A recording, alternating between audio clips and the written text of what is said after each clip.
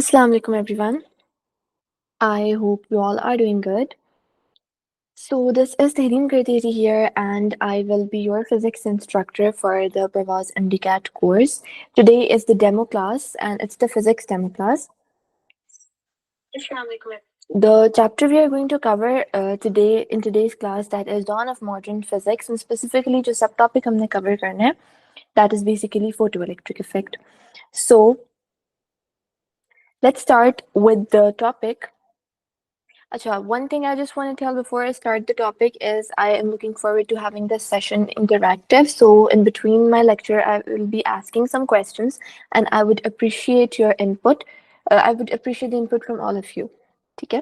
So let's start with the term photoelectric effect itself. So when talking about the term itself, हमें ये पता है photo का क्या मतलब होता है? What is meant by the word photo? And there's another term in this entire term that is electric. So we have two words here. We have a word photo and the word electric. What is meant by photo and what is meant by electric? When we talk about these two terms, as we all know कि photo का मतलब होता है light. ठीक है? And electric, excellent. Electric की जब हम बात करते हैं तो हम कहते हैं it's something related to the flow of electrons. ठीक है? Electrons के flow से related है. ठीक है? So this is an effect जिसमें आपके पास we are discussing about light and the flow of electron. Basically, right? Acha, before we move to the photoelectric effect, there is one thing I want to ask all of you, and that is when I say the word light, what is the first thing that comes in your mind regarding the nature of this particular substance? Do you think it is going to be something that is going to be a wave, or is it something that has a particle nature? When talking about light specifically, what's the nature of light in your mind or like in your concept? Talking about light, क्या इसकी wave nature होगी? Is it something that is a wave or is it something that is actually a particle? Or it can be both. Energy है, ठीक है. Dual nature है, perfect. So yes, when we talk about light, इसकी basically dual nature होती है. There are some of the properties that tells about the wave nature of light, and there are also some of the properties that tells about the particle nature of light. अभी तक आप लोगों ने जितनी भी phenomenon को discuss किया, before like this, उसमें आपके पास different चीजें आ जाती हैं, जिसमें आप लोगों ने interference पढ़ा, polarization पढ़ा. These things were actually related to the wave nature of light. ठीक है? और अब हम जो ये प्रोसेसेस पढ़ेंगे इन दिस चैप्टर पर्टिकुलरली, जिसमें आपके पास फोटोइलेक्ट्रिक इफेक्ट आ जाता है, कॉम्पटन इफेक्ट आ जाता है, ये सारी चीजें are basically related to the particle nature of light.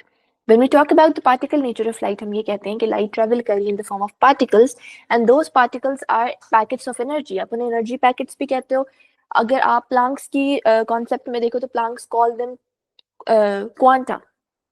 ठीक है? सो आपके पास लाइट एक डिसकंटिन्यूअस फॉर्म में आ रही है. ठीक है? It is not the continuous form. When we talk about light as particle nature, it is discontinuous. ठीक है? सो लाइट आपके पास एक डिसकंटिन्यूअस फॉर्म में, एक पार्टिकल फॉर्म में ट्रैवल कर रही है.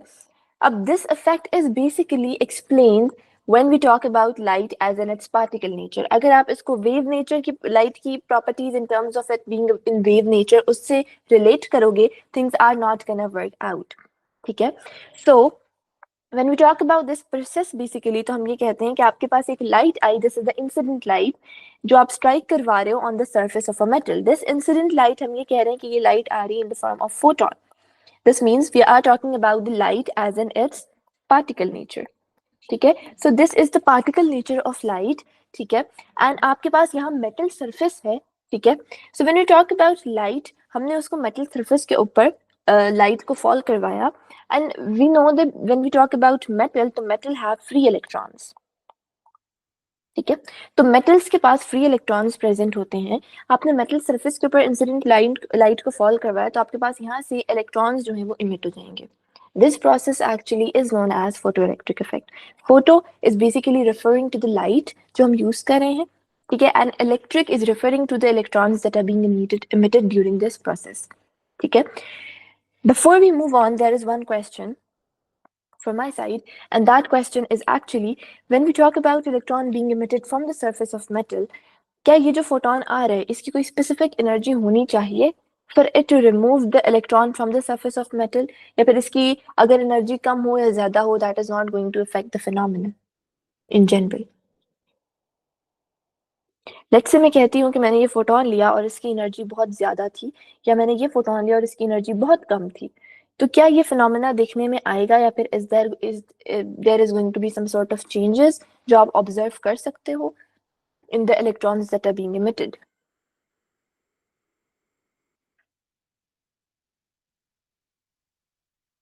We are talking whether changing the energy of the photon is going to have any sort of effect on this entire process. So yes, when we talk about the photon, अगर मैं कहूँ कि जो मेरा incident photon है उसकी energy बहुत कम है, उस टाइम आपके पास मेटल सरफेस से इलेक्ट्रॉन इमिट नहीं होगा. It's the same as हम ionization energy को जिस तरह पढ़ते हैं. Ionization energy is like the minimum amount of energy that is required to emit the electron from the surface, या फिर आप इस तरह कह सकते हो minimum amount of energy that is required to remove the electron from an atom. ठीक है, तो that is the ionisation energy. इसी तरीके से आपने यहाँ से भी इलेक्ट्रॉन को स्केप करवाना है from the surface of metal, आपके पास एक स्पेसिफिक एनर्जी होनी चाहिए जिसको वो इलेक्ट्रॉन एब्जॉर्ब करेगा और वो इमिट हो जाएगा from the surface of metal.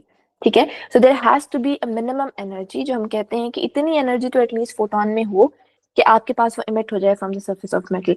अगर फोटोन की एनर्जी कम होगी तो यहाँ से इलेक्ट्रॉन इमिट नहीं होगा. ठीक है, और अगर लेट्स से मैं कहती हूँ इसकी एनर्जी ज्यादा होगी. अच्छा, साइंटिस्ट एक्चुअली वर थिंकिंग कि अगर हम फोटोन की एनर्जी को ज्यादा कर देते हैं तो यहाँ से हमारे पास ढेर सारे इलेक्ट्रॉन्स इमिट होंगे. But this is not something they actually ended up with. ठीक है, जब उन्होंने इसको प्रैक्टिकली करके देखा तो जब वो फोटोन की एनर्जी ज्यादा कर रहे थे तब भी एक ही इलेक्ट्रॉन इमिट हो रहा था अगर एक फोटोन उन्होंने भेजा. ठीक है, और अगर वो उसकी एनर्जी कम कर रहे थे तो वो कोई भी अच्छा, एक और भी काम उन्होंने किया. ये जो इंसिडेंट लाइट थी ना, उन्होंने ऐसा किया कि इस इंसिडेंट लाइट की इंटेंसिटी इंक्रीज कर दी. ठीक है, अब इंटेंसिटी का क्या मतलब होता है? इंटेंसिटी मींस आपके पास जब हम लाइट की बात करें वो कितनी इंटेंस है. इंटेंस एज इन कितने फोटॉन्स हैं उसके अंदर. ठीक है, इंटेंसिटी इंक्रीज करने का मतलब है मैं नंबर ऑफ फोटॉन्स इंक्रीज कर रही हूँ. ठीक है, नंबर ऑफ फोटॉन्स इंक्रीज हो रहे हैं. ठीक है, सो जब मैं लाइट की इंटेंसिटी इंक्रीज कर रही हूँ, नंबर ऑफ फोटॉन्स इंक्रीज हो रहे हैं, तो यहाँ पे अब उन्होंने किया ये कि साइंटिस्ट ने ये चीज ऑब्जर्व की कि अगर एक स्पेसिफिक फ्रीक्वेंसी से कम फ्रीक्वेंसी वाला फोटोन जाके बम्बार्ड हो रहे हैं on the surface of metal तो कोई इलेक्ट्रॉन इमिट नहीं हो रहे. ठीक है, फिर उन्होंने फ्रीक्वेंसी को उतना ही रहने दिया, थोड़ा ही रहने दिया. फिर उन्होंने इंटेंसिटी लाइट की इंक्रीज कर दी. उन्होंने ढेर सारे फोटॉन्स भेजने शुरू कर दिए, और कम फ्रीक्वेंसी के ढेर सारे फोटॉन्स भी जब इस सरफेस ऑफ मेटल के ऊपर आके लगे तो फिर कोई भी इलेक्ट्रॉन इमिट नहीं हुआ. This was the point जहाँ scientists were confused कि we are increasing the intensity, but there are no electrons that are being emitted from the surface of metal. ठीक है, ये इस वजह से confusion create हुई because the scientists were looking at the light as in its wave nature. Then Einstein came and he told कि आपके पास लाइट को आप पार्टिकल नेचर से देखो तो ये सारी जो प्रॉब्लम्स थे वो सॉल्व हो गए, एंड फोटो इलेक्ट्रिक इफेक्ट इस तरीके से एक्सप्लेन हुआ. ठीक है, so the photoelectric effect is a phenomena in which when light shines on the surface of metal, electrons are ejected from it. ठीक है, it provided important evidence that light is quantized or carried in discrete packets. तो ये discrete packets हैं, आप इन्हें क्या कह सकते हो? These packets can be called as quanta. आप इसे energy packets भी कह सकते हो, energy packets, या आप इसे photon भी कह सकते हो. और ये तीनों चारों टर्म्स किसको रेफर कर रही हैं? This is the particle nature of light. ठीक है, ये सारी terms are basically referring to the particle nature of light. जितने फोटॉन्स होंगे उतने इलेक्ट्रॉन्स इमिट होंगे. यस, लेट्स से मैं यहाँ पे कह देती हूँ कि मैं एक फोटोन सेंड कर रही हूँ तो यहाँ से मेरे पास एक ही इलेक्ट्रॉन इमिट होगा. अगर मैं उस फोटोन की एनर्जी ज्यादा कर देती हूँ तो क्या दो इलेक्ट्रॉन्स इमिट होंगे? नहीं. ठीक है, क्योंकि आपके पास जो यहाँ फोटोन है वो पार्टिकल है. ठीक है, वो पार्टिकल आके अपनी एनर्जी ट्रांसफर कर रहा है to only one thing, that is one electron at a time. ठीक है, सो अगर मैं इस फोटोन की, लेट्स से हम यहाँ पे एग्जांपल ले लेते हैं, यहाँ मैं टेबल बना लेती हूँ आपके पास. अच्छा, इससे पहले मैं ये चीज एक फिनोमेना एक्सप्लेन कर देती हूँ, फिर हम इस पॉइंट पे दोबारा आएंगे ताकि आप लोगों की अंडरस्टैंडिंग बेटर हो सके. ठीक है, the first thing that we are going to discuss here is work function. कि वर्क फंक्शन क्या होता है। सो यहाँ पे आपके पास जो लाइट आ रही है, अच्छा इससे पहले मैं ये चीज एक्सप्लेन कर देती हूँ। देखो आप यहाँ पे हम लिखते हैं E is equals to H F. E is energy, H is Planck's constant and F is frequency. ठीक है, अब मैं यहाँ पे कहूंगी कि आपके पास जो एनर्जी है that is directly proportional to frequency. ठीक है, अगर मैं इसको दूसरे तरीके से लिखना चाहूँ तो मैं यहाँ, हमें पता है V is equals to F lambda होता है, this is a formula, velocity is equals to frequency into wavelength. ठीक है, यहाँ पे मैं V की जगह लिख देती हूँ C, because we are talking about light. Light is electromagnetic radiation, electromagnetic spectrum का पार्ट है, तो it moves with the speed of light, और speed of light is represented by C। ठीक है, तो मैं लिख सकती हूँ C is equals to F lambda, और यहाँ पे मैंने F को रिप्लेस करना है ना, तो मैं F की वैल्यू फाइंड कर देती हूँ, F is equals to C over lambda. ठीक है, अब मैं यहाँ पे इस F की जगह क्या पुट कर रही हूँ, मैं C ओवर लेमडा पुट कर रही हूँ। ठीक है, मैं यहाँ लिख देती हूँ E is equals to H C over lambda.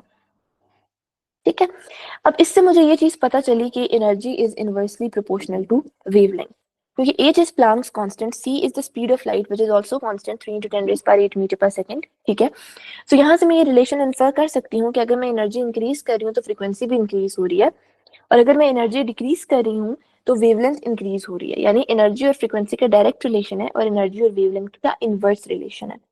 ठीक है, अब मैं यहाँ पे लेट्स से ये आप लोगों से पूछती हूँ कि यहाँ पे जो मुझे फोटोन चाहिए, क्या उसकी एनर्जी ज्यादा होनी चाहिए या कम एनर्जी का फोटोन होगा तो इलेक्ट्रॉन इजीली इमिट होगा? इसका आंसर दो। तो मैं चैट बॉक्स भी देख लेती हूँ। 1.02 mega electron volt is not for this. वो आप आगे पेयर प्रोडक्शन और पेयर एनिलेशन वाली वैल्यूज को इस टॉपिक से कंफ्यूज आई थिंक कर रहे हो। It's for like pair production and pair annihilation में आपके पास इस तरह की वैल्यूज आ रही हैं कि आपके पास विद दैट फिनोमेना जो मिनिमम एनर्जी होनी चाहिए वो इतनी, but no not for this. ठीक है, minimum amount of energy required to eject the electron is work function. Yes, exactly. ज्यादा होनी चाहिए, exactly. जब हम एनर्जी की बात करें तो एनर्जी की वैल्यू क्या होनी चाहिए, ज्यादा होनी चाहिए। जब मैं ये कह रही हूँ कि एनर्जी ज्यादा होनी चाहिए तो इसका क्या मतलब हुआ, एनर्जी ज्यादा होनी चाहिए, you all are agreeing that, इसका मतलब फ्रीक्वेंसी भी ज्यादा होनी चाहिए, क्योंकि एनर्जी और फ्रीक्वेंसी का there is a direct relation. ठीक है, एनर्जी ज्यादा होनी चाहिए, फ्रीक्वेंसी ज्यादा होनी चाहिए, तो वेवलेंथ क्या होनी चाहिए, कम, क्योंकि एनर्जी और फ्रीक्वेंसी का डायरेक्ट है बट एनर्जी और वेवलेंथ का इनवर्स रिलेशन है। ठीक है, एग्जैक्टली देखो एनर्जी ज्यादा ही होनी चाहिए, क्योंकि देखो अगर कम एनर्जी होगी तो इलेक्ट्रॉन जो है वो एनर्जी कम लेके कैसे इमिट करेगा from the surface of metal. Electron is being attracted from the nucleus, उसको न्यूक्लियर अट्रैक्शन को ओवरकम करना है पहले और फिर वो इमिट होगा from the surface of metal. ठीक है, सो यहाँ पे आपके पास जिन फैक्टर्स को कंसिडर करना है वो ये है कि आप कह रहे हो एनर्जी ज्यादा होनी चाहिए, इसका मतलब फ्रीक्वेंसी भी ज्यादा होनी चाहिए और जो वेवलेंथ है वो कम होनी चाहिए। ठीक है, यानी आपने कम वेवलेंथ का फोटोन लेना है। ठीक है, difference between wave and particle, wave आपके पास एक कंटिन्यूअस फॉर्म में इमिट होती है और जो पार्टिकल होता है that is basically in a discontinuous form.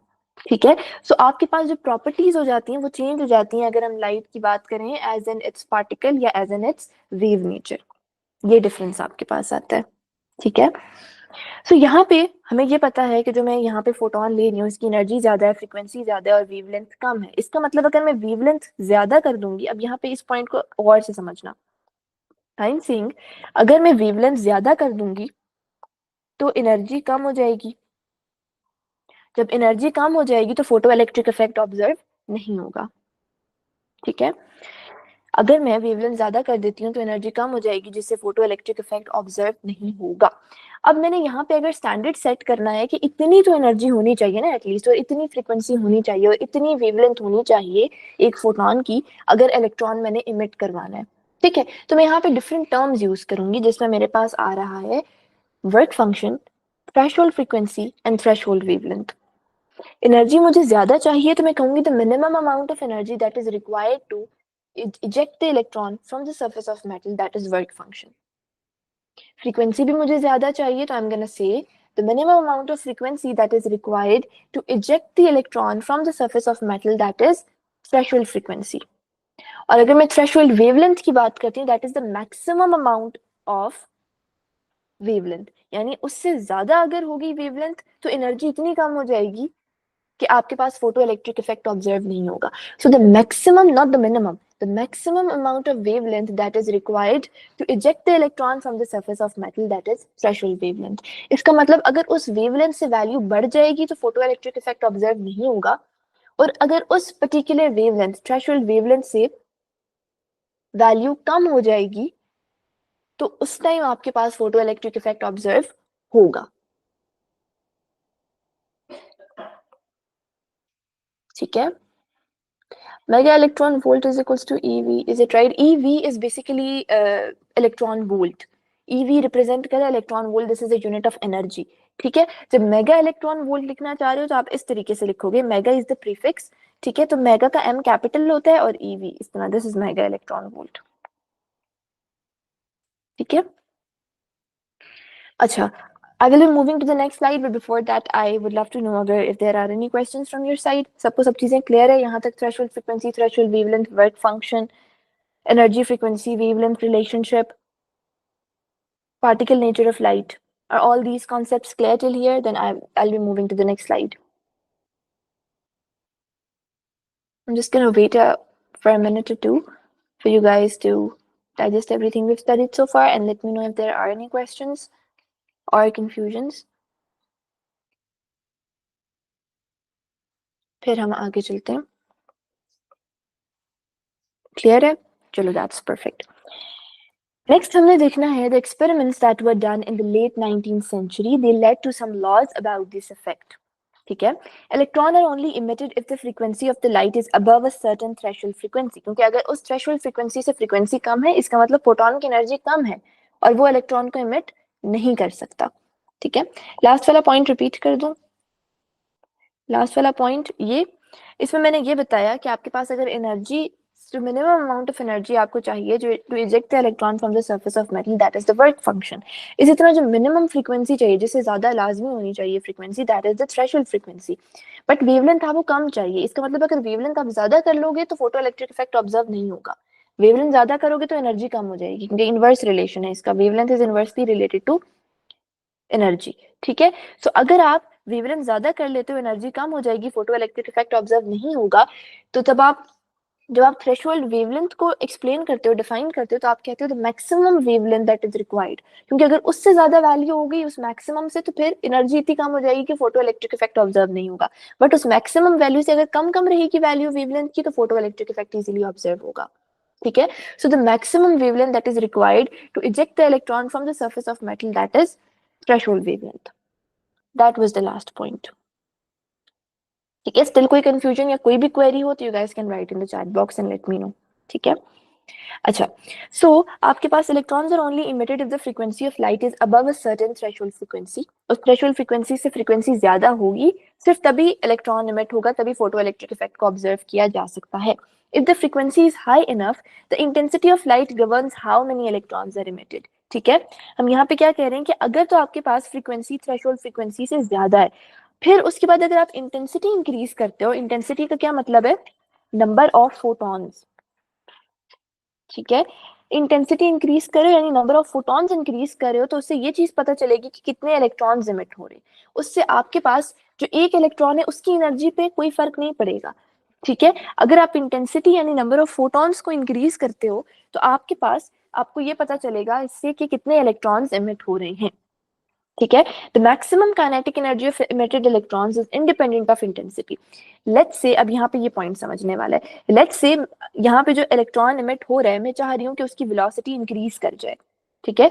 जो इलेक्ट्रॉन यहाँ पे इमिट हो रहा है, अगर मैं ये चाह रही हूँ कि उसकी वेलोसिटी इंक्रीज कर जाए, तो in order to obtain this result मुझे क्या करना पड़ेगा? मैं इंटेंसिटी इंक्रीज कर दूं तो क्या मेरे पास जो इमिटेड इलेक्ट्रॉन है उसकी वेलोसिटी इंक्रीज हो जाएगी? नहीं होगी. अब ये चीज साइंटिस्ट ने करके देखी. वो इंटेंसिटी इंक्रीज करे थे, बट जो इमिटेड इलेक्ट्रॉन था उसकी वेलोसिटी पे कोई फर्क नहीं पड़ा. ठीक है. Chapter name it's the dawn of modern physics. ठीक है. सो आपके पास यहाँ पे, अगर तो आप इमिटेड इलेक्ट्रॉन की वेलोसिटी इंक्रीज करना चाहते हो, तो आपको जो आपने लिया है ना फोटोन, उसकी एनर्जी ज्यादा करनी पड़ेगी या उसकी फ्रीक्वेंसी ज्यादा करनी पड़ेगी. ठीक है. अब इस पॉइंट को मैं इस तरीके से समझाती हूँ. One electron is only responsible for the emission of one photon is only responsible for the emission of one electron. ठीक है. अब मैं यहाँ पे लिखती हूँ वर्क फंक्शन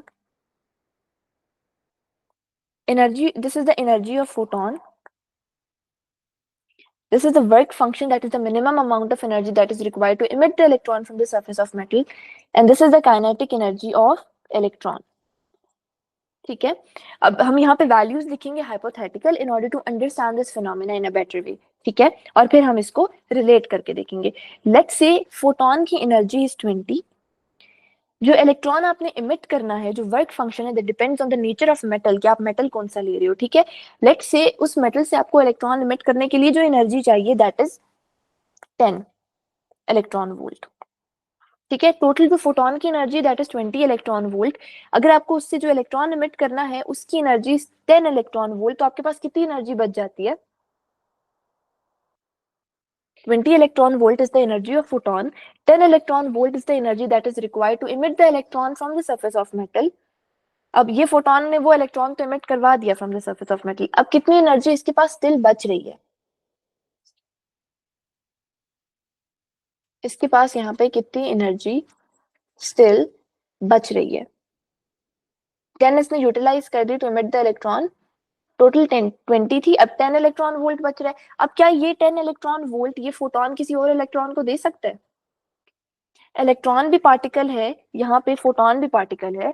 पार्टिकल पार्टिकल के साथ इंटरैक्ट किया, उन्होंने एनर्जी ट्रांसफर कर दी, उसने सारी की सारी एनर्जी अपनी दे दी इलेक्ट्रॉन को.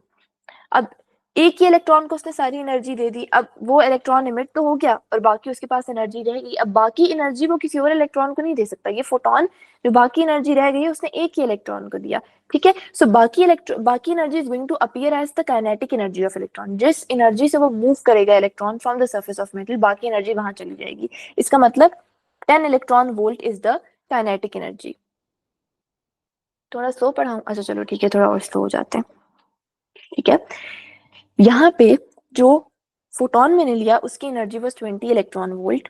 उस 20 में से 10 electron volt was the energy जो मुझे चाहिए थी to emit the electron from the surface of metal. ठीक है, और 10 तो वहां यूज हो गई, 10 बच गई. वो किसकी फॉर्म में अपीयर होगी? In the form of kinetic energy of electron. यानी एक फोटोन अपनी सारी की सारी एनर्जी एक ही इलेक्ट्रॉन को दे रहा है. एक photon is only capable of emitting one electron. तभी जब साइंटिस्ट ने इंटेंसिटी इंक्रीज की, तो काइनेटिक एनर्जी के ऊपर कोई फर्क नहीं पड़ा, बल्कि नंबर ऑफ फोटॉन्स जो इमिट हो रहे थे वो ज्यादा होना शुरू हो गए. ठीक है, अच्छा the chapter name in different provinces, I think it's different. Dual nature of matter and radiation, yes, that is actually the crux of the chapter, so maybe in some books the name is this. ठीक है, in federal it's dawn of modern physics, but in different books it might be different. ठीक है, I am teaching from the MDCAT point of view and not specifically related to a particular book or board. It's just the concepts from almost all the books that you guys need to understand in order to ace MDCAT.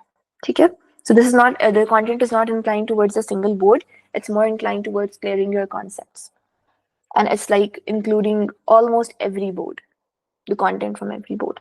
ठीक है, अच्छा अब यहाँ पे एक और point जो मैंने ऐड करना है वो ये है कि ये भी तो हो सकता है. What's the role of Planck's constant in photoelectric equation? देखो प्लैंक्स कांस्टेंट इज, ये आपके पास जो E is equals to HF लिखा है ना, this is the equation for the Planck's quantum theory. ठीक है, this is Planck's quantum theory की इक्वेशन. प्लैंक था उसने यही बात की थी ना कि energy is directly proportional to frequency and E is equals to HF and H is the Planck's constant. ठीक है, इस वजह से यहाँ पे ये आ रहा है क्योंकि हम एनर्जी की इक्वेशन यूज करें that is the quantum theories equation. ठीक है, अच्छा अब यहाँ पे ये भी हो सकता है कि आपके पास फोटोन ने तो इलेक्ट्रॉन को एनर्जी दे दी 10 इलेक्ट्रॉन वोल्ट. ठीक है, 20 सारी की सारी दे दी. ठीक है, 10 उसको यूज करनी थी निकलने के लिए from the surface of metal और बाकी 10 उसकी काइनेटिक एनर्जी बन जाती. But let's say this is the ideal scenario. ठीक है, मैं यहाँ लिख देती हूँ, this is the ideal scenario.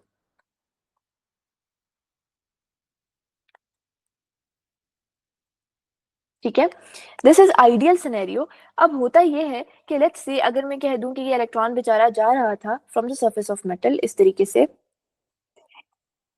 लेकिन रास्ते में यहाँ पे मॉलिक्यूल्स आ गए एटम्स आ गए, ठीक है, जिसके साथ ये इलेक्ट्रॉन कोलाइड कर गया। आफ्टर दिस कोलिजन इस इलेक्ट्रॉन की एनर्जी जो है वो कम हो गई, तो फिर क्या ये इमिट हो जाएगा from the surface of metal? Let's say ये इलेक्ट्रॉन इमिट होना चाह रहा था from the surface of metal, रास्ते में एटम्स हैं, मॉलिक्यूल्स हैं, उनके साथ इसकी कोलिजन होगी। Will this electron be able to get away from the surface of metal now or not? Let's say 10 electron volt इसका वर्क फंक्शन है, 10 इलेक्ट्रॉन वोल्ट इसकी काइनेटिक एनर्जी होनी चाहिए थी। Energy of photon was 20।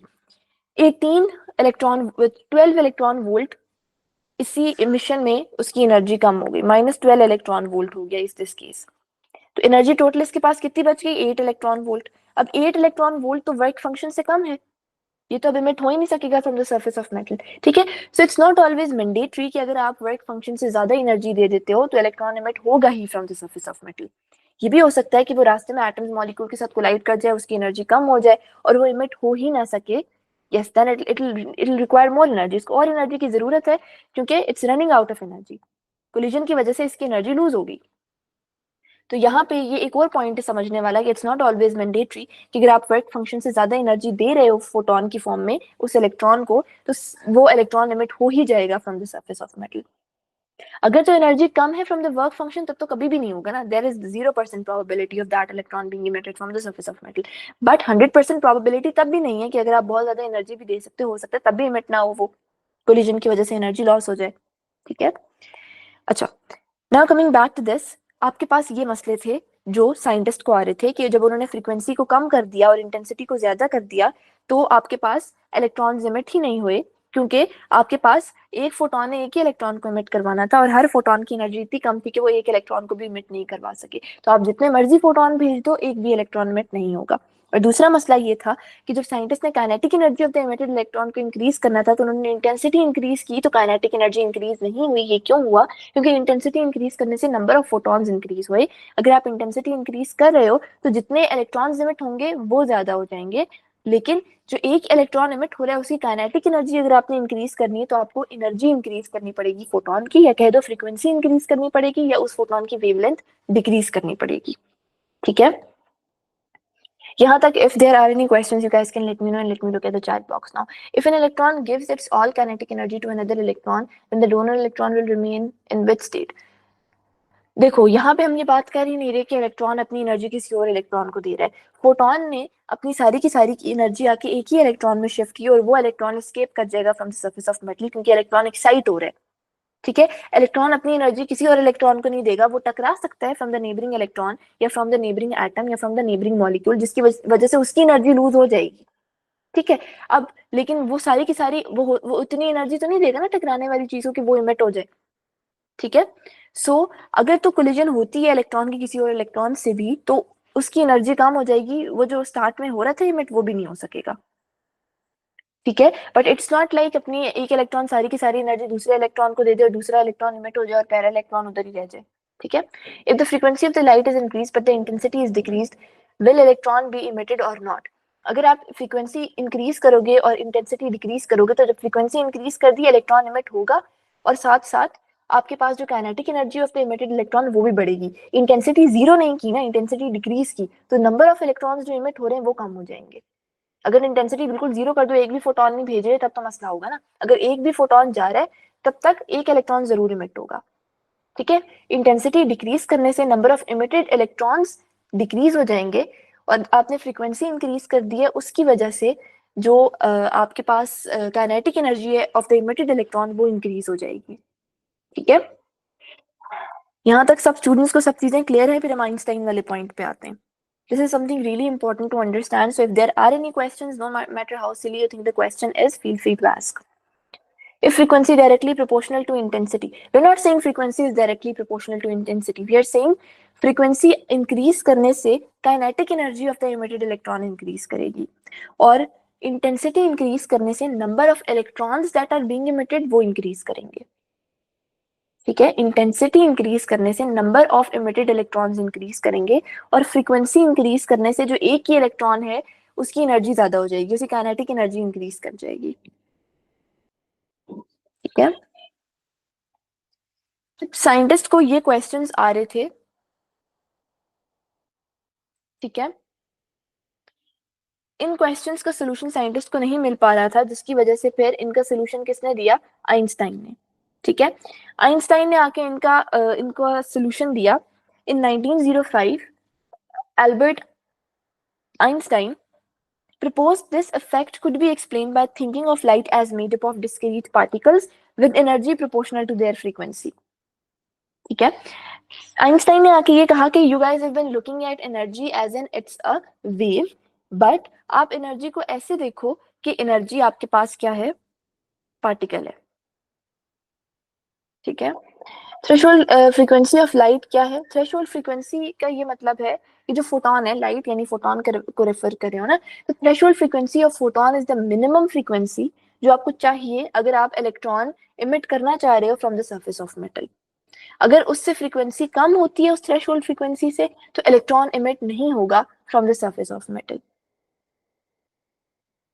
ठीक है, why intensity defined on the basis of number of photons. Intensity का मतलब है, इंटेंसिटी की डेफिनेशन ये कि आप किसी चीज की, देखो इंटेंसिटी, जिस तरह मैं आपको समझाती हूँ, दिस इज माई आईपैड। ठीक है, इसमें मैं इस तरीके से ब्राइटनेस इंक्रीज कर रही हूँ, मैं ब्राइटनेस डिक्रीज भी कर सकती हूँ। ब्राइटनेस डिक्रीज करने का क्या मतलब हुआ कि मेरे पास जितने फोटॉन्स आ रहे थे लाइट, ठीक है, वो कम हो रहे हैं, और इंक्रीज करने का मतलब हुआ नंबर ऑफ फोटॉन्स ज्यादा हो गए। ठीक है, इंटेंसिटी का मतलब ही ये है कि how intense a thing is, how many particles are basically coming. Number of particles is basically determined by the intensity. ठीक है, सो इंटेंसिटी का मतलब ये हुआ कि नंबर ऑफ फोटॉन्स इंक्रीज हो रहे हैं। अगर मैं लाइट की इंटेंसिटी इंक्रीज करती हूँ, इसका मतलब नंबर ऑफ फोटॉन्स इंक्रीज हो रहे हैं। This is actually the meaning of intensity. ठीक है,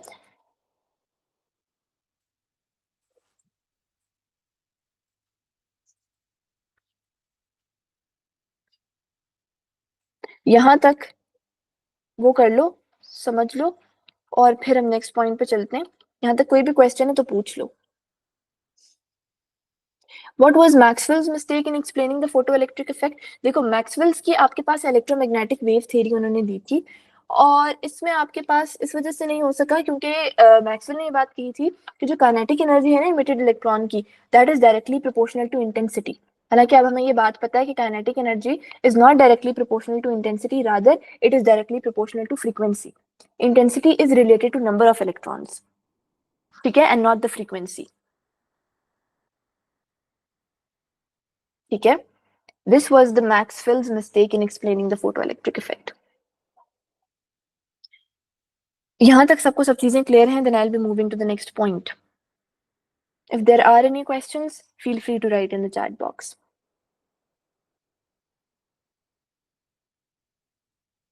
Number of photons per time, that is intensity. Yes, exactly. ठीक है, that this is how you define intensity basically.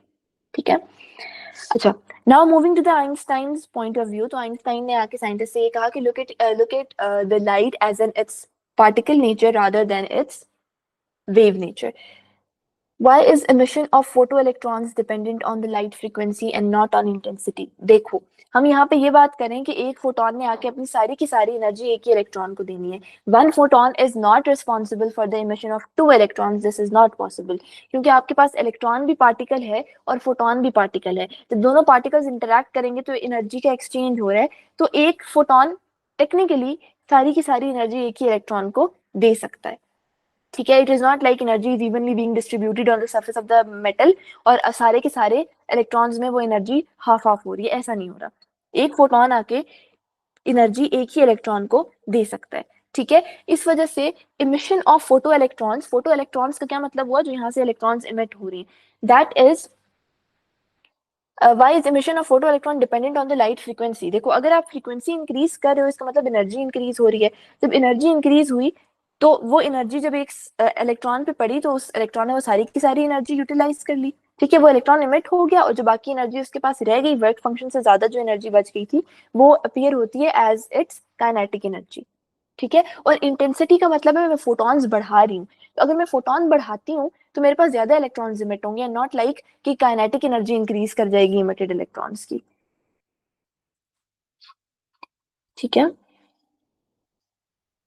ये वाला जो एक्सपेरिमेंट था वो आइंस्टाइन ने एक्सप्लेन किया था about kinetic energy that is not dependent on intensity. Yes, Einstein ने जब ये चीज एक्सप्लेन की कि लाइट को एज पार्टिकल देखो तो ये चीज एक्सप्लेन होगी कि लाइट जो है वो सारी की सारी एनर्जी एक ही इलेक्ट्रॉन को ट्रांसफर कर सकती है, not transferring the energy evenly to all the electrons out there. इससे ये सारे पॉइंट्स क्लियर हो गए थे। Why classical physics cannot explain the threshold frequency of light? क्योंकि क्लासिकल फिजिक्स लाइट को वेव की तरह देख रही थी। लाइट को अगर हम वेव की तरह देखें तो लाइट अगर आ रही है तो वो इवनली एनर्जी अपनी डिस्ट्रीब्यूट करेगी to all the electrons. But light अगर एक पार्टिकल की फॉर्म में आ रही है तो पार्टिकल, लाइट भी पार्टिकल है और इलेक्ट्रॉन भी पार्टिकल है, दोनों इंटरैक्ट करेंगे तो उन्हीं दोनों में एनर्जी ट्रांसफर हो सकती है, not all the electrons out there. ठीक है, so classical physics fail to explain the photo electric effect because they were looking at light as in its wave nature and not the particle nature. Einstein ने आके ये बात बताई थी कि particle nature की फॉर्म में लाइट को देखोगे तो ये सारे फिनोमेनन एक्सप्लेन हो जाएंगे automatically. When we'll be doing the MCQs, we'll be doing the MCQs once the topic is over. We have the MCQs by the end. So जैसे topic complete होता है, we will be practicing MCQs as well. ठीक है? अच्छा, now talking about what Einstein proposed. Einstein backed his point of view by using the Planck's quantum theory की equation E is equals to hf, और उन्होंने ये बात कही कि energy is directly proportional to frequency. ठीक है, h is Planck's constant. इसकी वैल्यू क्या होती है? 6.626 into 10 raised power minus 34 joule second. ठीक है, the idea was previously proposed by Max Planck to explain the black body spectra of light emitted by the worm objects. अब black body radiation को explain करने के लिए max Planck ने ये theory दी थी। ठीक है, एंड आइंस्टाइन ने इसी को यूज किया in order to explain the photo electric effect as well. The maximum kinetic energy of the electron that is emitted when light frequency F shines on metal, यानी kinetic energy maximum किसकी equal है? देखो, maximum kinetic energy किसकी equal है? यानी जो emit हो रहा है इलेक्ट्रॉन, जो इलेक्ट्रॉन, रुको मैं क्वेश्चंस देख लेती हूँ। आइंस्टाइन ने ड्यूल नेचर को एम्फसाइज किया था या पार्टिकल नेचर को? आइंस्टाइन ने when describing photo electric effect उन्होंने ये कहा था कि when talking about this effect particularly light behave करती है एज पार्टिकल, वरना जनरली देखो तो लाइट वेव की फॉर्म में भी बिहेव करती है, पार्टिकल की फॉर्म में भी बिहेव करती है। देयर आर सम एक्सपेरिमेंट्स, जिस तरह आपके पास पोलराइजेशन है लाइट की, ठीक है, इंटरफेरेंस है, these particles are basically explained कि लाइट वेव नेचर की है। ठीक है, और फोटो इलेक्ट्रिक इफेक्ट है, कॉम्पटन इफेक्ट है। इन एक्सपेरिमेंट से ये पता चलता है कि लाइट बिहेव कर रही है इस टाइम पे एज सॉरी, इंटरफेरेंस वगैरह से वेव नेचर एक्सप्लेन होती है, और कॉम्पटन इफेक्ट है, फोटो इलेक्ट्रिक इफेक्ट है, इससे पार्टिकल नेचर एक्सप्लेन होती है। लाइट किस फॉर्म में एग्जिस्ट करती है, दैट इज द क्वेश्चन, दोनों फॉर्म में एग्जिस्ट करती है। आइंस्टाइन ने क्या कहा? आइंस्टाइन ने when describing the photo electric effect he said कि light here is acting as particle and not wave. Major difference between light wave and between light and wave nature, between particle and wave nature होगा इस this continuous continuous, yes, wave continuous form में आती है, particle packets की form में आता है, so that is why it's discontinuous. If two photons strike on an electron on the surface of metal at a time whose sum of energy is equal to the ionization energy of that metal, electron will eject or not. If two photons strike on the electron, दो photon simultaneously एक electron पे strike करेंगी नहीं in the first place. ठीक है, if two photons let's say strike on the electron on the surface of metal, दोनों अलग अलग इलेक्ट्रॉन्स पे स्ट्राइक करेंगे, whose sum equal to the ionization energy, दोनों को मिला के आयनाइजेशन एनर्जी बन रही है। एक electron is only going to interact with, एक photon is only going to interact with one electron. So अगर उन दोनों फोटॉन्स की एनर्जी को मिला के आयनाइजेशन एनर्जी की इक्वल एनर्जी बन रही है तो एक इलेक्ट्रॉन भी इमिट नहीं होगा, because one photon is only interacting with one electron. इसका मतलब उस फोटॉन की energy that is half the ionization energy, या उससे कम है, या उससे हाफ से थोड़ी सी कम है, या हाफ से थोड़ी सी ज्यादा होगी, यही पॉसिबिलिटीज है ना, but it's not exactly equal to the ionization energy, so एक इलेक्ट्रॉन भी इमिट नहीं होगा। One photon simultaneously can interact with one electron only. ठीक है, ये पॉइंट क्लियर हो गया। फिर मैं काइनेटिक एनर्जी वाला पॉइंट एक्सप्लेन करती हूँ। How much are we left with? Make sure you guys are all clear regarding this concept because this is really important. So I'm like waiting for you guys to ask the questions ताकि सारा कुछ clear हो जाए। P is equals to h over lambda वाला formula है, उसमें दोनों nature है, momentum is particle and wave is formula given by Einstein. देखो, मैं ये नहीं कह रही कि आइंस्टाइन ने सिर्फ वेव नेचर पे या सिर्फ पार्टिकल नेचर पे एम्फसाइज किया। दिस इज अ फैक्ट कि लाइट दोनों फॉर्म्स में एग्जिस्ट कर रही है। ठीक है, यहाँ पे आइंस्टाइन ने कहा कि इस फिनोमेना को अभी स्टडी करने के लिए, फोटो इलेक्ट्रिक इफेक्ट को स्टडी करने के लिए लाइट को पार्टिकल नेचर में देखो, तब ये फिनोमेना समझ आएगा। This is just what I am saying. Light दोनों फॉर्म्स में एग्जिस्ट करती है, लाइट पार्टिकल भी है, लाइट वेव भी है, ठीक है। इसमें there is no confusion, there is no second thought, ठीक है। What is the relation between threshold frequency and work function? Threshold frequency and work function are directly proportional. जिस तरह एनर्जी और फ्रीक्वेंसी डायरेक्टली प्रोपोर्शनल है, उस तरह threshold frequency and work function directly proportional है, ठीक है। आपको अगर एक इलेक्ट्रॉन को इमिट करवाना है, threshold frequency is the minimum frequency जो चाहिए, and work function is the minimum energy जो चाहिए, ठीक है। So it's like the same as the relationship between energy and frequency in E equals to hf वाली equation. Kinetic energy affect करेगी electrons की emission power को जब number of photons बढ़ जाएंगे। जब नंबर ऑफ फोटॉन्स बढ़ जाएंगे तो नंबर ऑफ इलेक्ट्रॉन्स जो इमिट हो रहे हैं वो बढ़ जाएंगे, काइनेटिक एनर्जी पे फर्क नहीं पड़ेगा, ठीक है।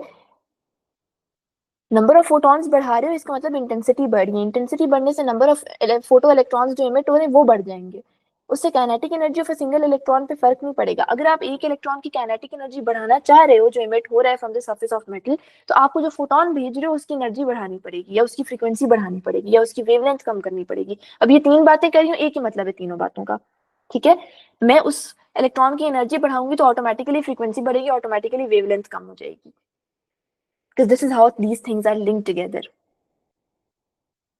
ठीक है। सो अगर नंबर ऑफ फोटॉन्स बढ़ाओगे तो नंबर ऑफ इमिटेड इलेक्ट्रॉन्स बढ़ेंगे, लेकिन हर इलेक्ट्रॉन जो बढ़े उसकी एनर्जी पे कोई फर्क नहीं पड़ेगा, उसकी एनर्जी बढ़ानी है तो फ्रीक्वेंसी बढ़ानी पड़ेगी फोटॉन की, ठीक है। अच्छा, यहाँ तक क्लियर हो तो नेक्स्ट पॉइंट पे आती हूँ, because next point is really important to कोर्स से सुनना, ठीक है। कोई और क्वेश्चन किसी ने करना है तो पूछ लो, फिर मैं नेक्स्ट पॉइंट पे आती हूँ। इफ क्लियर, सब कुछ क्लियर है तो तब भी मुझे चैट बॉक्स में लिख के बता दो कि everything is clear. So this point is really important, so I want you guys to have your complete attention. समझ आ गया? चलो that's perfect.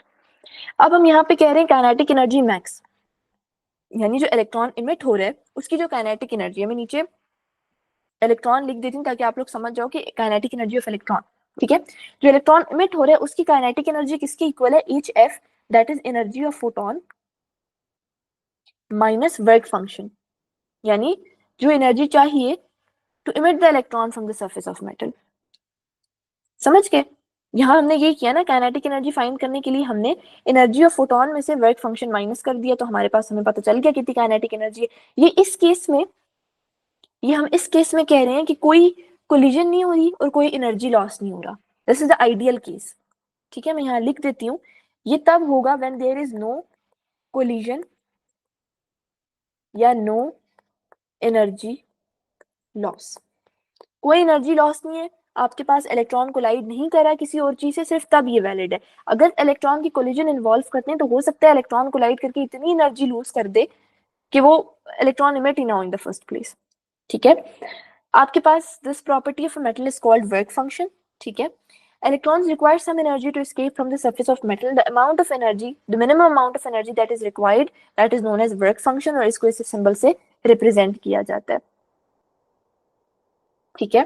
Then we have according to wave theory of light. अब देखो, वेव थ्योरी से पहले scientist इस phenomena को wave theory से देख रहे थे, ठीक है। सो अभी हम बात करें कि अगर तो आपके पास हम वेव थ्योरी की बात करें तो हम क्या कहेंगे?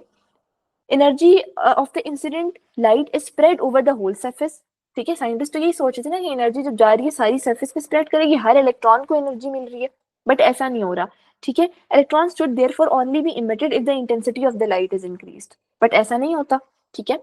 Intensity is area of the surface divided by power absorbed by the surface, ठीक है।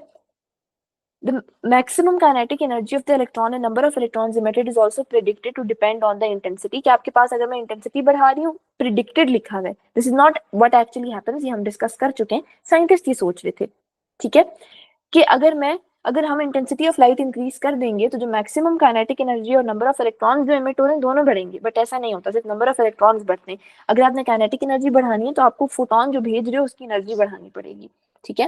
The frequency of light should not matter apart from being included in the intensity of light. अब आपके पास साइंटिस्ट क्या सोचते थे कि फ्रीक्वेंसी और intensity they are the same things, कि अगर मैं इंटेंसिटी बढ़ाऊं तो फ्रीक्वेंसी बढ़ जाएगी, तो वही इफेक्ट आएगा जो इंटेंसिटी बढ़ाने का आया था और फ्रीक्वेंसी बढ़ाने का आया था, सेम इफेक्ट शो होगा, बट ऐसा नहीं होता। इंटेंसिटी बढ़ाने से नंबर ऑफ इलेक्ट्रॉन्स बढ़ते हैं और फ्रीक्वेंसी बढ़ाने से काइनेटिक एनर्जी ऑफ इलेक्ट्रॉन बढ़ती है। ठीक है, तो सेम इफेक्ट शो नहीं होता, डिफरेंट इफेक्ट शो होता है।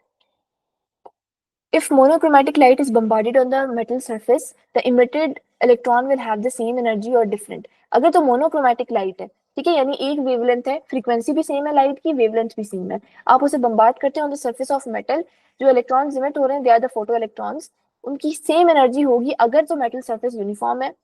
लाइट की इंटेंसिटी और frequency as long as it's constant same energy होगी। ठीक है, और वर्क फंक्शन भी सब इलेक्ट्रॉन्स का सेम है। ठीक है, सो अगर ये कंडीशंस मीट हो रही हैं तो yes they will have same energy. Why is there a need to subtract work function? क्योंकि वर्क फंक्शन वो एनर्जी जो इलेक्ट्रॉन एब्जॉर्ब करेगा मेटल से निकलने के लिए, ये आयनाइजेशन एनर्जी है जो उसको चाहिए to overcome the nuclear attraction और वो सरफेस ऑफ मेटल से जा सके। ठीक है, उसके बाद वो कितना तेज भागेगा सरफेस ऑफ द मेटल से दूर, वो डिपेंड करता है कितनी एनर्जी उसके पास रह जाती है। ठीक है, it's like if you are like planning a trip for abroad, you have X amount of money, उसमें से आपको ए अमाउंट ऑफ मनी चाहिए in order to book your flight and stuff, और बी अमाउंट ऑफ मनी आपको चाहिए in order to go and live to the other country. ठीक है, तो मैं कहती हूँ x is equals to A and B, यानी जो टोटल मनी आपके पास है उसको आप डिवाइड कर रहे हो, एक अपने ट्रैवल एक्सपेंडिचर में और एक वहां रहने एक्सपेंडिचर में। वहां रहना इज इलेक्ट्रॉन की kinetic energy, travel expenditure is a work function. ठीक है, सो लेट्स से हम यहाँ पे ये कहते हैं कि ट्रैवल एक्सपेंडिचर को आप माइनस तो नहीं कर सकते ना, that is something that is going to get utilized, तभी आप वहां पहुंचोगे, जो बाकी बच जाएंगे आपके पास वो पैसे होंगे जो वहां आप यूज कर सकते हो। ठीक है, इस तरीके से इस चीज को देखो। If light behaves as a wave, why can't increasing its intensity cause electron emission in the photoelectric effect? Photoelectric effect में क्योंकि light behave कर ही नहीं रही है as a wave, photoelectric effect में light is only acting as a particle. When talking about photoelectric effect and Compton effect, वो भी इसी चैप्टर में है, light is only behaving as photon and not wave. तभी तो साइंटिस्ट को इतना मसला हुआ, वो वेव की तरह लाइट को देख रहे थे और उनके डिजायर्ड रिजल्ट उनको नहीं मिले। The things they were assuming कि इस तरीके से चीजों को होना चाहिए, चीजें उस तरीके से नहीं हो रही थी, because light here is not working as a wave, it is not acting as a wave, it is acting as a particle. अगर तो लाइट वेव की फॉर्म पे एक्ट करती तो सारी की सारी जो लाइट फॉल होती है on the surface of metal, तो पूरी मेटल के ऊपर वो लाइट इवनली डिस्ट्रीब्यूट हो जाती, वो एनर्जी इवनली हर इलेक्ट्रॉन को मिलती। तभी तो वो सोच रहे थे कि हम इंटेंसिटी बढ़ाएंगे तो आपके, जब हम फ्रीक्वेंसी बढ़ाएंगे तो ढेर सारे इलेक्ट्रॉन्स इमिट होंगे। ऐसा नहीं होता, क्योंकि एक फोटोन अपनी सारी की सारी एनर्जी एक ही इलेक्ट्रॉन को दे रहा है, क्योंकि एज अ पार्टिकल एक्ट कर रहा है वो। ठीक है, it is not acting as a wave कि वो इक्वली डिस्ट्रीब्यूट हो जाए throughout the surface of metal. ठीक है, those predictions are at odd with the experimental evidence। वही वाली बात है कि जब उन्होंने एक्सपेरिमेंट किया तो जो प्रेडिक्शंस उनकी थी, जो हमने ऊपर डिस्कस की, ये वाली, ये गलत साबित होना शुरू हो गई। In the experiments there is a threshold frequency below which electrons are not emitted. उन्होंने ये देखा कि अगर हम फ्रीक्वेंसी कम कर देते हैं, बेशक इंटेंसिटी बढ़ा दें, ठीक है, अगर हम फ्रीक्वेंसी कम कर देते हैं और इंटेंसिटी बढ़ा देते हैं, एक इलेक्ट्रॉन भी इमिट नहीं हो रहा है। Scientist were like why, intensity बढ़ा रहे हैं, नंबर ऑफ फोटॉन बढ़ रहे हैं, फोटॉन्स तो एनर्जी, आपके पास लाइट की इंटेंसिटी बढ़ रही है तो एनर्जी तो इक्वली सारी जगह डिस्ट्रीब्यूट हो रही है, तो आपके पास एक इलेक्ट्रॉन भी इमिट नहीं हो रहा है, ये कैसे हो सकता है? ठीक है, बट ऐसा तो हो ही नहीं रहा था, एक फोटॉन तो एक इलेक्ट्रॉन के लिए रिस्पॉन्सिबल था सिर्फ, अब उस फोटॉन में इतनी एनर्जी नहीं है कि वो एक इलेक्ट्रॉन इमिट कर सके। हर फोटॉन बेचारा एक इलेक्ट्रॉन के पीछे पड़ा है, वो भी इमिट नहीं कर पा रहा है क्योंकि एनर्जी बहुत कम है। ठीक है, there is no threshold value of intensity and the maximum kinetic energy also does not depend on intensity। यानी अगर आप लाइट की इंटेंसिटी बढ़ा रहे हो या कम कर रहे हो तो जो इलेक्ट्रॉन जो इमिट हो रहा है उसकी काइनेटिक एनर्जी पे कोई फर्क नहीं पड़ रहा। ये चीज हम डिस्कस कर चुके हैं। ठीक है, Einstein explained experimental evidence bye assuming that light comes in discrete quanta or packets of energy which became known as photons। ठीक है, क्वांटा मैक्स प्लैंक ने ये बात की थी एंड आइंस्टाइन ने आके उसी चीज को फोटोन कह दिया, that is the particle nature of light. Each photon has specific energy and only collides with one electron, as the probability of two electrons colliding with one electron is very low। ठीक है, to photons एक electron के साथ collide करें, इसकी probability क्या है? It's very low. Thus, an electron can only absorb a specific amount of energy for the light of a specific frequency। If the energy is insufficient to allow an electron to escape from the surface of metal, कोई भी electron emit नहीं होगा। अगर energy कम है work function से या frequency कम है threshold frequency से, कोई भी इलेक्ट्रॉन इमिट नहीं होगा। This creates a threshold frequency above which a photon provides an electron with enough energy to leave the surface। यानी फिर फोटोन इतनी एनर्जी ट्रांसफर कर रहा है इलेक्ट्रॉन को above threshold frequency कि वो लीव कर सकता है from the surface of metal. The minimum energy required to remove an electron from the surface is work function. If a photon provides more energy to electron than this, the rest will be seen as kinetic energy.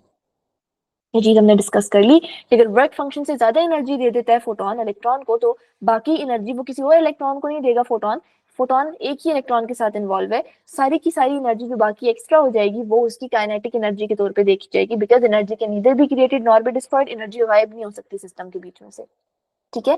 If the light of a specific frequency strike on electron, then according to the wave electron will have that frequency. Sorry मुझे question समझ नहीं आया। If a light of a specific frequency strike on electron, अगर तो वो frequency threshold frequency से ज्यादा है तो इलेक्ट्रॉन इमिट हो जाएगा। अगर थ्रेशोल्ड फ्रीक्वेंसी से बहुत ज्यादा है तभी इलेक्ट्रॉन इमिट होगा, और जो बाकी एनर्जी रह जाएगी that will be seen as the kinetic energy.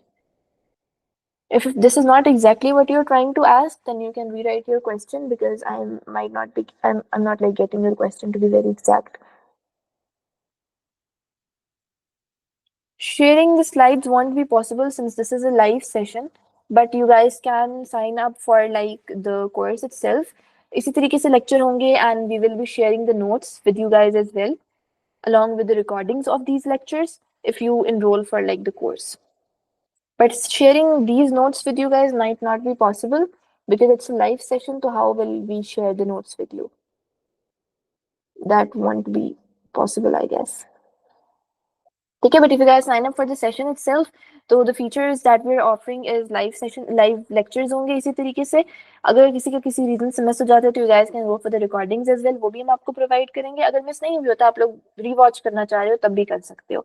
And we will be providing you guys with these notes in the form in which you guys can read, like PDF form में हम आपके साथ इसको share भी कर देंगे, ठीक है। Like you guys will be provided with the notes जो हम क्लास में डिस्कस करेंगे, ठीक है। अच्छा, now talking about the last point and then photoelectric effect खत्म हो जाएगा, ठीक है। Increasing the intensity affects the rate of electron. Rate of electron यानी number of electrons per unit time, ठीक है। नंबर ऑफ इलेक्ट्रॉन्स जो एक टाइम में इमिट हो रहे हैं, that is the rate of electron being emitted, but it does not affect the maximum kinetic energy. ये चीज भी हम डिस्कस कर चुके हैं कि intensity is not affecting the kinetic energy, ठीक है।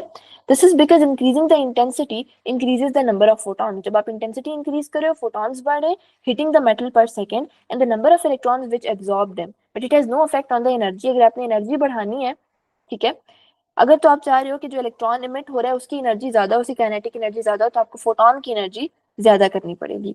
Below the threshold frequency, even if a huge number of electrons absorb photon, none of them will have enough energy to escape. ये चीज भी हम डिस्कस कर चुके हैं। अगर मैं इंटेंसिटी बढ़ा दूं पर हर फोटॉन की फ्रीक्वेंसी थ्रेशोल्ड फ्रीक्वेंसी से कम है, तो एक इलेक्ट्रॉन भी इमिट नहीं होगा। यहाँ तक if there are any questions you guys are free to ask. If not, then we will be moving towards the MCQs. I'm going to wait for like a minute or two and then we will be continuing with the MCQs.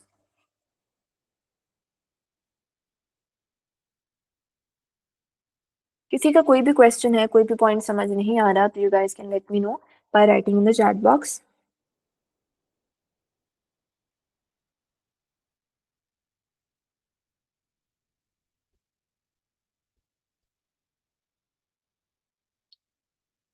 अगर clear है तब भी लिख के बता दो कि clear है। Clear? This last time repeat flight वाली example that you gave. Flight वाली example में मैंने ये कहा, रुको let me just write it down for you guys. ठीक है, फ्लाइट वाली एग्जांपल मैंने ये दी कि मैंने ये कहा कि एक तो फोटॉन की टोटल एनर्जी है, ठीक है, फोटॉन की टोटल एनर्जी ऑफ फोटॉन है। फिर आपके पास एक चीज वर्क फंक्शन है, और फिर आपके पास एक चीज है काइनेटिक एनर्जी ऑफ इलेक्ट्रॉन, ठीक है। एनर्जी ऑफ फोटॉन को ऐसे लो कि this is the total money you are having, ठीक है। अब ये आपके पास सारे पैसे हैं, कोई बंदा आपको लाके दे रहा है, ठीक है। अब वो बंदा कौन है? फोटॉन है। आप हो इलेक्ट्रॉन, इस तरह समझते हैं, you are electron, your friend is giving you money, your friend is photon, ठीक है, your friend just came, that friend give you some money कि लीव द कंट्री। ठीक है, आप, द कंट्री इज मेटल, उसने आपको पैसे क्यों दिए? टू लीव द कंट्री, यानी इलेक्ट्रॉन, फोटोन ने इलेक्ट्रॉन को एनर्जी दी कि मेटल की सरफेस से चले जाओ। ठीक है, अब work function is the energy जो इलेक्ट्रॉन को चाहिए कि वो मेटल की सरफेस को छोड़ सके, सिर्फ वहां से बस निकल जाए। ठीक है, यहाँ पे वर्क फंक्शन को अगर हम इस एग्जांपल में देखें, that is the money you need to catch your flight, catch flight and go abroad. ठीक है, this is the money you need to catch the flight and go abroad. Let's say आपकी friend ने आपको total money दिया 200 rupees. ठीक है, flight catch करने के लिए, बाहर जाने के लिए यू ओनली नीड 120 रुपीज, बाकी you are left with 80 rupees. अब 80 रुपीज आपके पास बचे हैं, अब इन 80 रुपीज को आप वहां कैसे यूटिलाइज कर सकते हो? वहां रहने में, आगे जाने में, मतलब this is the money you are using to travel from airport to your destination, you are moving. अब ये यहाँ पे इलेक्ट्रॉन की काइनेटिक एनर्जी है, जो बाकी उसके पास एनर्जी रह जाती है वो यूज करेगा आगे मूव करने के लिए, वो डिटरमिन करेगी कि इलेक्ट्रॉन कितना दूर जाएगा from the surface of metal. Let say अगर आपके पास यहाँ सिर्फ 80 रुपीज, बट 80 रुपीज के बजाय लेट से आपके पास यहाँ पे फ्लाइट में आपके पास 190 रुपीज लग जाते, तो आपके पास सिर्फ कितने बच जाते हैं? 10 रुपीज। अब इन 10 रुपीज में आप एयरपोर्ट से थोड़ा सा दूर जा सकते हो। ठीक है, और अगर आपके पास यहाँ 120 रुपीज का आपको ट्रैवल एक्सपेंडिचर लगा, तो 80 रुपीज में हो सकता है आप ज्यादा दूर चले जाओ। इसी तरह इलेक्ट्रॉन कितना दूर जाएगा वो डिपेंड करता है उसकी काइनेटिक एनर्जी कितनी है। ठीक है, अब एक और हम यहाँ पे वो बिहेवियर लेते हैं, एक्सेप्शन जो हमने ली थी, कि आपके पास अगर तो इलेक्ट्रॉन कोलाइड कर जाता है विद अदर थिंग्स, तो हो सकता है वो निकल ही ना सके। यानी आपके फ्रेंड ने आपको 200 रुपीज दिए, 120 रुपीज आपको चाहिए थे to run out of the country. ठीक है, बट आपने क्या कर दिया, आपने 100 रुपीज का कुछ खा लिया, या 100 रुपीज आपने कहीं जाया कर दिया, कुछ और ले लिया 100 रुपीज का। Now you are left with 80 rupees only. अब उन 80 रुपीज में तो आप नहीं निकल सकते ना कंट्री से बाहर, क्योंकि आपको 120 रुपीज चाहिए थे कंट्री से बाहर निकलने के लिए, फिर आप निकल ही नहीं पाओगे। बेशक आपके फ्रेंड ने आपको आके पैसे दे दिए, आपने उसको कहीं और यूटिलाइज कर दिया, now you can't run out of the country. ये तब होता है जब इलेक्ट्रॉन कोलाइड कर जाता है विद एटम्स, मॉलिक्यूल्स या अदर इलेक्ट्रॉन्स, फिर वो बेचारा बाहर नहीं जा सकता from the surface of metal. No matter how much energy the photon give, electron नहीं जा पाएगा क्योंकि एनर्जी जाया हो गई है। इसी तरह यहाँ पे no matter how much money your friend gave you, you won't be able to leave the country because you have wasted the money. I hope with this example things are gonna get a little better to understand. Ma'am, light travel like wave, then why it is not in the form of wave rather than in the form of particle? Light travel like wave. देखो, light wave की form में भी हो सकती है, light particle की form में भी हो सकती है। ठीक है, when talking about this particular experiment या this particular phenomena, the photo electric effect, उसमें लाइट एज पार्टिकल बिहेव करती है। जनरली लाइट दोनों फॉर्म्स में एग्जिस्ट करती है, there is no contradiction, there is no doubt in that. ठीक है, दोनों फॉर्म्स में एग्जिस्ट करेगी, डिपेंड करते हैं ऑन द सिचुएशन। अगर हम बात करें पोलराइजेशन ऑफ लाइट की, तो वहां वो वेव के तौर पे ही एक्ट कर रही है। अगर मैं बात करती हूँ फोटो इलेक्ट्रिक इफेक्ट की, वहां वो पार्टिकल के तौर पे ही एक्ट कर रही है। बट दैट डजंट मीन कि लाइट सिर्फ पार्टिकल के तौर पे या सिर्फ वेव की फॉर्म में एक्ट करती है, दोनों फॉर्म में कर सकती है। मैक्सिमम काइनेटिक एनर्जी के लिए utilized money will be subtracted. Maximum kinetic energy के लिए, हाँ, जो आपको utilize money on catching the flight, उसको आपने सब्ट्रैक्ट करना है फ्रॉम द टोटल मनी, क्योंकि वो तो खर्च हो गए ना निकलने के लिए मुल्क से बाहर। फिर जितने बच जाते हैं, that is the kinetic energy, that is the money you can use abroad to do whatever you want to do. ठीक है, to travel may be from the airport आगे तक, to eat, to live somewhere और stuff, whatever. ठीक है, कोई भी question है पूछ लो, वंस एवरीथिंग इज क्लियर फिर हम एमसीक्यूज की तरफ जाएंगे, ताकि आप लोग इजीली एमसीक्यूज को सॉल्व कर सको। ठीक है,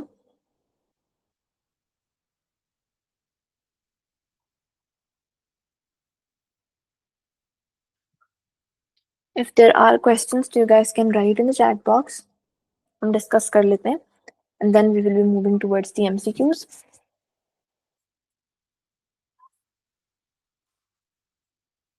If everything's clear and you want me to move to the MCQs, तभी मुझे chat box में लिख के बता देना. If you guys are writing the questions, I'm gonna wait for you. ठीक है?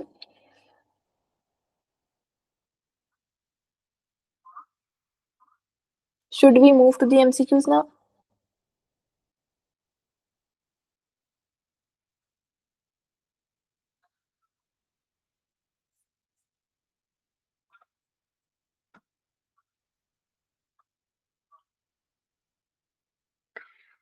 You guys can let me know by writing in the chat box. Should we move to the MCQs portion or are there any more questions from your side?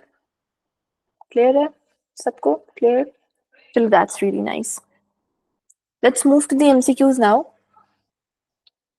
The first MCQ is, which of the following best defines the photoelectric effect? Emission of neutrons from the metal surface when exposed to UV light. Emission of photon from the nucleus due to nuclear decay. Emission of electron from the metal surface when light of a suitable frequency falls on it. Emission of photon from an atom due to high temperature. Ab I will be explaining the MCQs, but you guys are going to be the one you answer karoge. You guys are gonna answer, I'm gonna explain. But before your answer, I won't be explaining. So, what is going to be the correct answer for this MCQ? This is the first MCQ. You have four options: alpha, beta, Charlie, delta. You guys can write in the chat box which one do you think is the right or the most appropriate for this MCQ.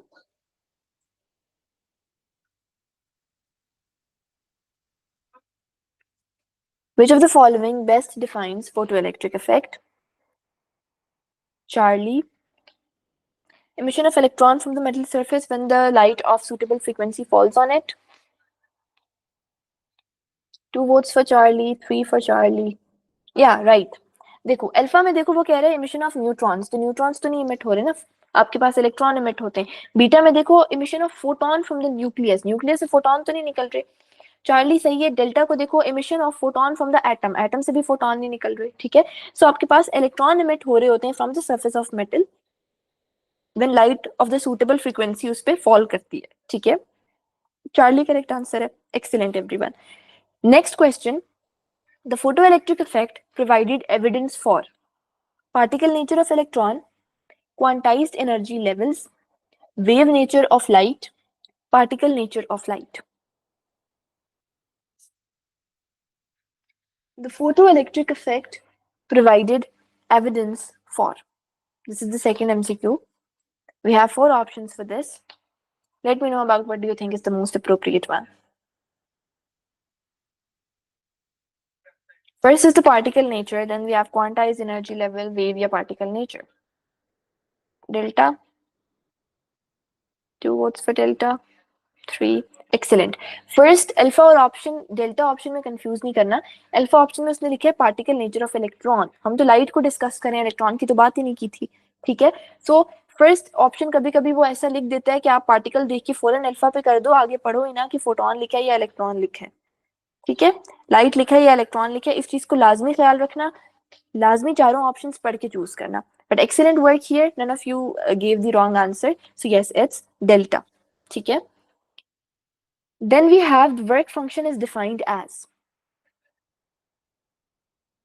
Work function is defined as minimum energy required to stop the photoelectric emission.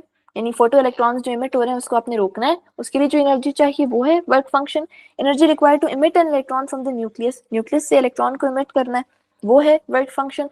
Minimum energy required to eject the electron from the metal surface, कि metal surface से electron को eject करने के लिए जो minimum amount of energy वो है work function. या maximum energy gained by photo electrons, कि फोटो इलेक्ट्रॉन्स कितनी मैक्सिमम एनर्जी गेन कर सकते हैं, वो है work function. What is the correct answer here? 2 votes for Charlie, 3. Excellent. Charlie is the definition of work function. कि minimum energy that is required to eject the electron from the surface of metal, that is work function. ठीक है. Next we have the energy of photon is directly proportional to square of frequency, wavelength या intensity of light. Energy of photon is directly proportional to wavelength. Energy of photon is directly proportional to, या फिर third वाले का में भी अभी answer दे रहे हो, बीटा फ्रीक्वेंसी. एक्सीलेंट. इंटेंसिटी की नहीं है energy directly proportional. energy is E is equals to hf. Energy is directly proportional to 4 का बीटा excellent. Frequency, square of frequency नहीं होता, वेवलेंथ से इनवर्स रिलेशन है, इंटेंसिटी से there is no direct relation between the energy of photon and intensity. Intensity बढ़ाऊंगी, number of photons बढ़ेंगे, not the energy of photon.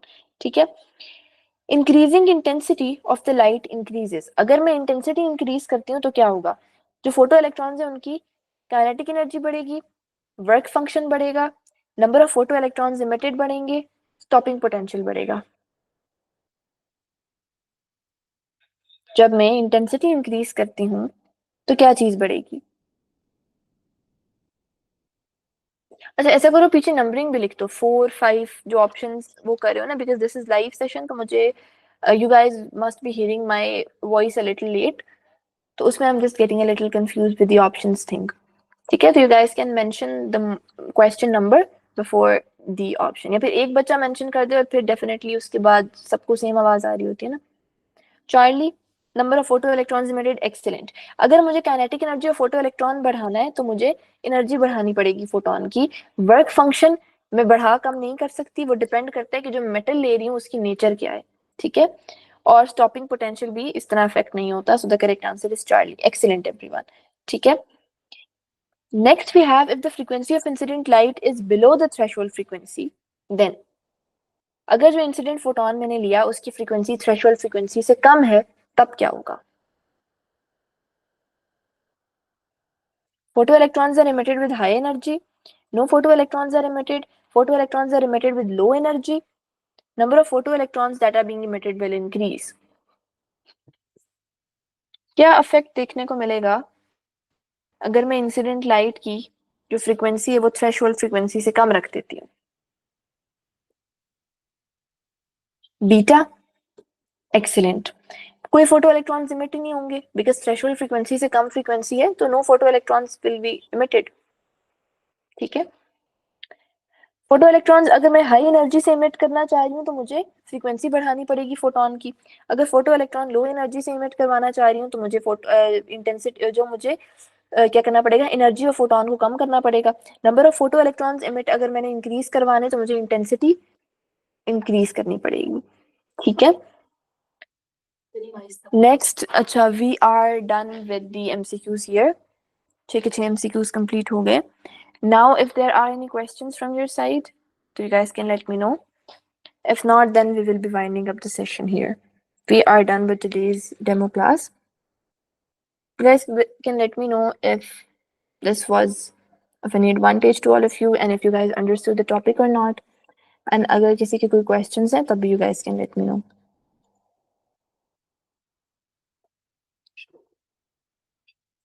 I am going to wait for like a minute or two for all of you to list down your questions in case you guys have some. And if not, then we will be winding up the live session here.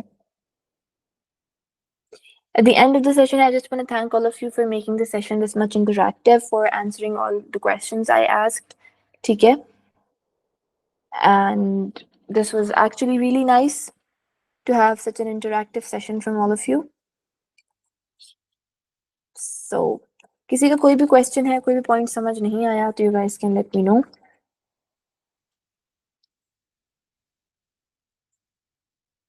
So there's a question related to the stopping potential. Stopping potential is the minimum reverse potential जो आप metal surface पे अगर apply करते हो तो आपके पास जो सबसे ज्यादा एनर्जेटिक इलेक्ट्रॉन है ना, फोटो इलेक्ट्रॉन है, वो भी कलेक्टर तक नहीं पहुंच सकता। ठीक है, that is the stopping potential. आपने सारे इलेक्ट्रॉन्स को स्टॉप करने के लिए जो पोटेंशियल अप्लाई किया, दैट इज स्टॉपिंग पोटेंशियल। ठीक है, क्लियर है? Thank you so much. You're welcome, guys. Thank you so much for making the session interactive. Everything was crystal clear. That's nice. Good experience. Great. Jazakallah. Thank you everyone for joining and taking out time for this. ठीक है, if you guys are, if अगर like I'm saying, if you guys are looking at the recording, you guys can actually access the recording from the YouTube as well. If you guys want to go through it again or something like that. So for the people who are actually watching the recordings, if there are any questions, you guys can write in the comment section and I'll try to make sure your questions are being answered. For now, that is it for today's session. If you guys want to continue studying physics from me, you guys can sign up for the Pervaz course. ठीक है. And in the course we will be providing you with the live lectures according with their recorded recordings as well, and इस तरह के जो notes आपके होंगे class के, those will be shared with you as well. Okay, so that's it for today's session. Thank you everyone for joining and making it interactive as well. See you in the cohort 10 now, inshallah. Till then, apna bahut khayal rakhna and best of luck for your preparation. Allah Hafiz everyone.